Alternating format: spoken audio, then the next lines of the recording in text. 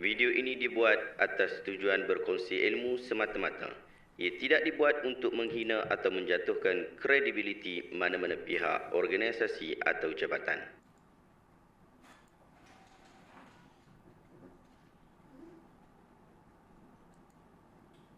Assalamualaikum warahmatullahi wabarakatuh. Saya Syihabuddin. Terima kasih banyak kerana anda berada di channel YouTube saya dan terima kasih banyak jika anda telah tekan butang subscribe. Kalau belum tekan butang berkenaan, tekan butang itu sekarang. Jika ada video-video yang bermanfaat, insya-Allah akan ada di feed YouTube anda. Sahabat-sahabat, baru ni jadi satu isu yang saya tengok dekat grup-grup WhatsApp disampaikan kepada saya, dihantar kepada saya beberapa link untuk tengok satu video, iaitu satu video yang disampaikan oleh Al-Fadhil Ustaz Don Daniel Hafizahullah.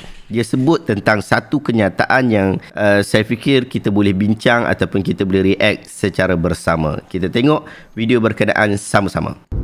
Saya terfikir tau. Pasal apa bila kita tanya orang perempuan, you nak makan kat mana? Isteri kita akan siapa-siapa ke girlfriend dia akan cakap, ikut you lah, pulang kat you lah, kata macam tu. Lah ni saya dah dapat jawapan. Tahu pasal apa? Kali terakhir seorang perempuan pilih untuk makan Siti Hawa, kita semua keluar dari syurga. Melawak gurau. Kalau tak boleh gurau, duduk surau. Bye. Surau duduk surau okay, itu kenyataan daripada Ustaz Don Daniel. Sekali saya dengar, sebenarnya saya tak rasa itu satu benda yang kelakar. Dan saya duk fikir juga banyak kali dan cuba untuk hadam apa yang dimaksudkan dengan lawak yang Ustaz Don Daniel sebutkan tu. Lawak dia dekat mana? Maksudnya punchline dia tu dekat mana? Saya tak jumpa. Maksudnya pada saya, ia tak lawak lah. Sama ada dia nak lawak dari sudut agama ke, tak agama ke.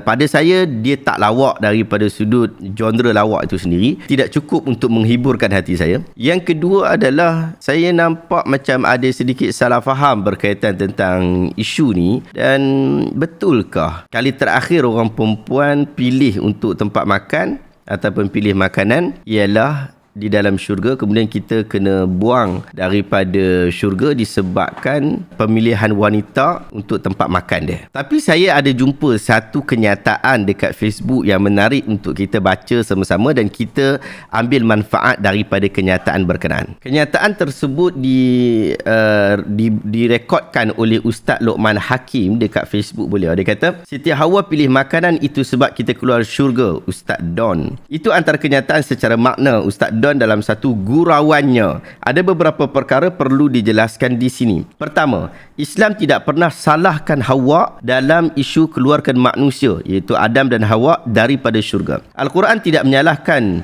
gender. Sebaliknya firman Allah, fawaswasa lahuma syaitanu liyubdiya lahuma. Lalu syaitan menghasut mereka berdua memakan buah pokok larangannya dengan tujuan untuk mendedahkan aurat mereka yang selama ini terlindung dari mereka.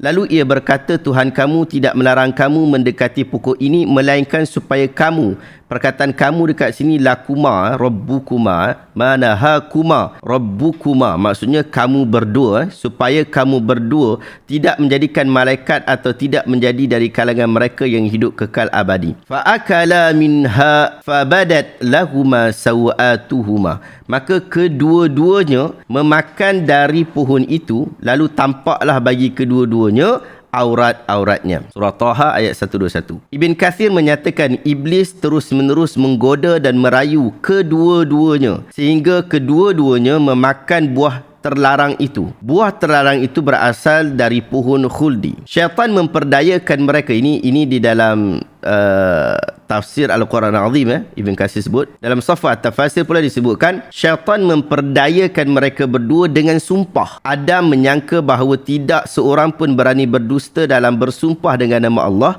Lalu syaitan memperdayakan mereka berdua dengan sumpahnya. Maksud dia kata demi Allah. Jelas dalam Al-Quran dan penjelasan mufassir menyatakan bahawa iblislah yang menggoda Adam dan Hawa sekaligus, bukan diskriminasi gender. Kedua, dari mana sumber kisah ini? Hanya dalam riwayat Israiliyat menukil kisah bahawa kononnya Iblis masuk ke dalam perut ular dan menyelinap masuk syurga. Selepas itu Iblis menggoda Hawa agar makan buah tersebut. Kemudian Hawa pula menggoda Adam supaya makan buah tersebut. Panjang kisah ini diriwayatkan dalam Tafsir Tabari, namun penulis meringkaskan dalam perbahasan ini. Kisah di atas dikritik oleh Dr. Muhammad bin Muhammad Abu Syahbah dengan katanya sumber ambilan kisah ini adalah dari Wahab bin Munabbih dan ahli kitab yang memeluk Islam. Alangkah baiknya sekiranya beliau, yakni Jarir At-Tabari, tidak meriwayatkan apa-apa dari kisah seperti ini. Alangkah baiknya mufassir selepas beliau yang menjaga tafsir mereka dari kisah Israiliyat seperti ini. Semua merupakan kisah-kisah Bani Israel yang mereka telah tambah dan mencampurkan antara hak dan batil. Rujuk dalam Israiliyat dan hadis palsu dalam kitab-kitab tafsir. Ustaz Mustafa Muhammad Suki turut berkata, kawan saya Ustaz Mustafa daripada Jordan, mengaji kat Jordan. Ada yang mengatakan Hawa menghasut Nabi Adam AS supaya memakan buah daripada pohon itu. Ini tidak benar. Iblis yang menghasut mereka berdua. Ini berdasarkan firman Allah pada surah Al-Baqarah dan surah Al-A'raf. Boleh rujuk dalam 40 kisah palsu tetapi masyhur. Maka seharusnya seseorang perlu memperhatikan sumber riwayat yang ia ambil, bukan nukil apa saja dia dapat. Ingatlah, semua yang gugur itu bukanlah buah. Tahi monyet juga gugur. Oleh itu perhatikanlah sebelum kutip dan makan. Tak salah bergurau dalam Islam. Bahkan Nabi SAW juga bergurau. Tapi guraulah dengan tidak berdusta. Definisi dusta menurut Imam Nawawi, mengkhabarkan sesuatu berbeza dengan keadaan sebenarnya, sama ada dengan sengaja atau tidak, dan sama ada perkhabaran itu akan perkara yang telah berlalu atau akan datang. Syarah Sahih Muslim. Muawiyah bin Jaidah Al-Qusairi bahawa Nabi SAW bersabda, wailun lilladhi yuhaddithu fayakdhib liyudhahika bihil qawm wailun lahu wailun lah. Celakalah seseorang yang menceritakan suatu cerita dengan sesuatu untuk membuatkan suatu kaum itu ketawa, maka dia berdusta. Celakalah buatnya riwayat Abu Daud. Imam San'ani pula berkata, hadis ini merupakan dalil ke atas pengharaman berbohong untuk membuat sesuatu kaum itu ketawa. Dan ini adalah pengharaman yang khas. Diharamkan juga ke atas para pendengar untuk mendengarnya apabila mereka mengetahui yang dia sedang berbohong.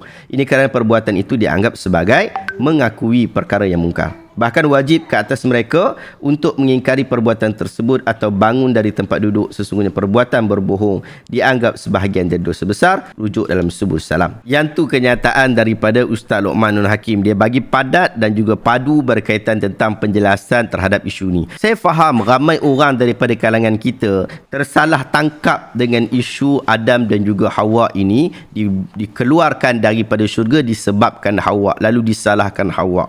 Dan itu bukan pertama kali disebut oleh Ustaz Don ataupun seumpama dengannya, dan saya sendiri pun tidak fikir Ustaz Don nak berbohong atas isu tu. Kita kena akui bahawa masyarakat kita ni sedang dididik, dan kita juga dulu juga terpengaruh dengan kisah seperti ini. Kita dulu juga pernah kata bahawa Nabi Adam dan Siti Hawa itu dikeluarkan daripada syurga disebabkan kesalahan Hawa yang memperdaya Nabi Adam untuk makan buah tersebut. Lalu kita telah menyebarkan benda yang tidak betul. Walaupun sebenarnya yang kita dengar tu daripada ustaz dan ustazah kita, yang kita baca di dalam buku-buku yang ada genre agama dia. Tapi itulah, bila berlaku perubahan, bila berlaku dengan pendidikan, pengajian, ustaz-ustaz kita mengaji dekat Timur Tengah dah ramai yang baca buku, ramai yang memahami daripada pengajaran ustaz-ustaz sebelum ni, daripada ulama-ulama sebelum ni, maka kita baca buku berkaitan tentang yang sahih dan juga yang tidak sahih.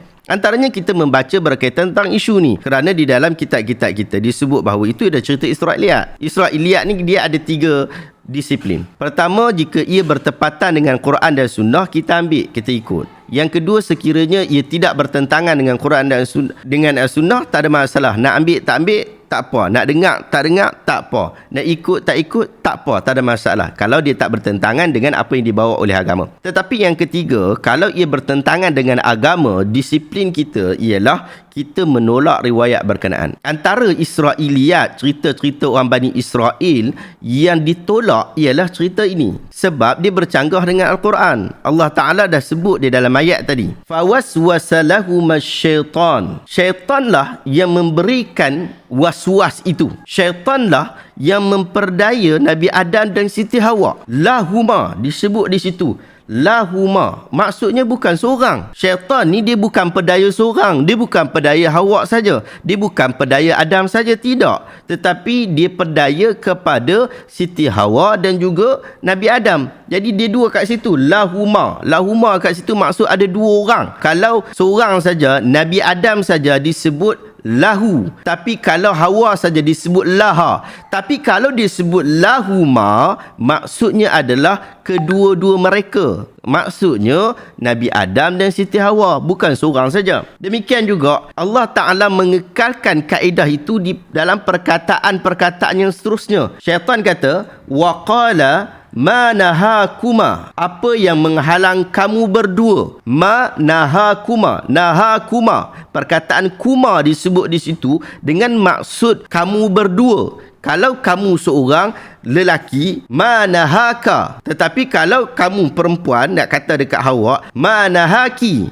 Tetapi yang ni dia gunakan manahakuma. Maksudnya apa yang melarang kamu berdua. Rabbukuma, Tuhan kamu berdua. Bukan Rabbuka atau Rabbuki. Bukan. Tapi Rabbukuma, yang menunjukkan bahawa ini cerita tak berlaku one side, tetapi berlaku double side. Nabi Adam dan juga Siti Hawa. Anda tengok pula ayat 36 surah Al-Baqarah ni yang anda selalu baca. Fa'azallahuma syaitanu anha fa'akhrajahuma mimma kana fih. Fa'azallahuma syaitan, maksudnya syaitan yang menggelincirkan mereka berdua. Fa'azallahuma, maksudnya syaitan menggelincirkan mereka berdua. Fa'akhrajahuma, lalu dikeluarkan mereka berdua mimma kana fih, daripada tempat yang mereka duduk sebelum ni. Jadi ayat-ayat Al-Quran ini telah jelas menyatakan bahawa yang berlaku salah itu bukan satu orang tetapi dua orang,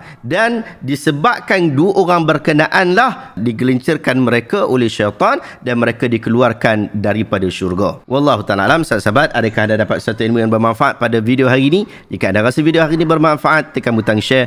Semoga orang lain juga mendapat manfaat yang sama. Jom saya ajak anda untuk ke Pesta Buku Antarabangsa Selangor yang bermula pada 1 Disember dan akan berakhir pada 11 Disember tahun 2022.